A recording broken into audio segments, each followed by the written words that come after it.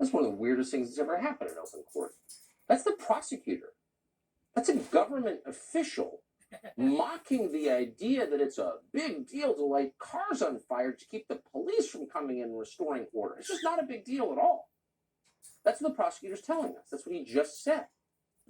He's also saying, by the way, it's not a big deal to scream racial slurs in public. Really? Since when is that true? This is lunacy. By the way, the jury was never allowed to hear the details of the life of this guy, Joseph Rosenbaum. He had quite a history. Does seem sort of relevant, actually. The rest of the media is not going to tell you anything about it, so we will. In 2002, Joseph Rosenbaum was charged by a grand jury with 11 counts of child molestation, including forcible sodomy. This wasn't, he was 19 and he had a 17-year-old girlfriend. No. He raped children. The victims were 5 boys between the ages of 9 and 11. Ultimately, Rosenbaum was sentenced to 10 years in prison for this. When he got out of prison, Rosenbaum destroyed his ankle monitor, the one he was required to wear.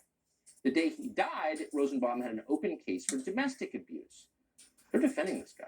Just hours before he threatened to kill Kyle Rittenhouse, Rosenbaum had been released from a mental hospital. He's being treated for some sort of disorder, obviously.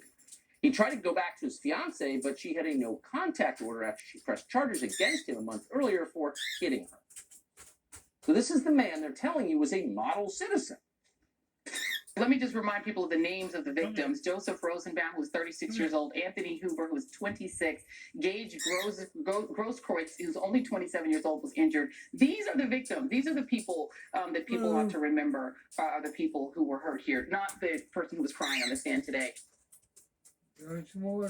So if you were an honest progressive, wouldn't you ask yourself, what are all these people doing in a Joe Biden rally 3 days after the Democratic convention? They're all on my side, but I notice that all of them are actually horrible. This is not a cross-section of America. These are the worst people in America. Joseph Rosenbaum, the child rapist? Huh. What about the other victims?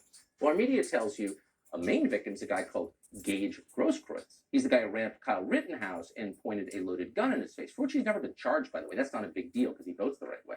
Who is this guy? Well, Grosskreutz, it turns out, also has a lengthy criminal history. That includes an arrest for hitting his own grandmother in the face. Just 6 days before he testified in the trial, in fact, Grosskreutz was in court on a DUI charge, which Joe Biden says is not a big deal, but most of us grew up thinking we were not supposed to do that. Several years ago, Grosskreutz was charged with smashing the bedroom window of his ex-girlfriend's home at 4 a.m. On the night Kyle Rittenhouse shot him, Grosskreutz has admitted he was carrying an illegal firearm.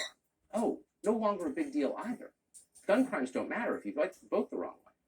So what about the last guy, Anthony Huber?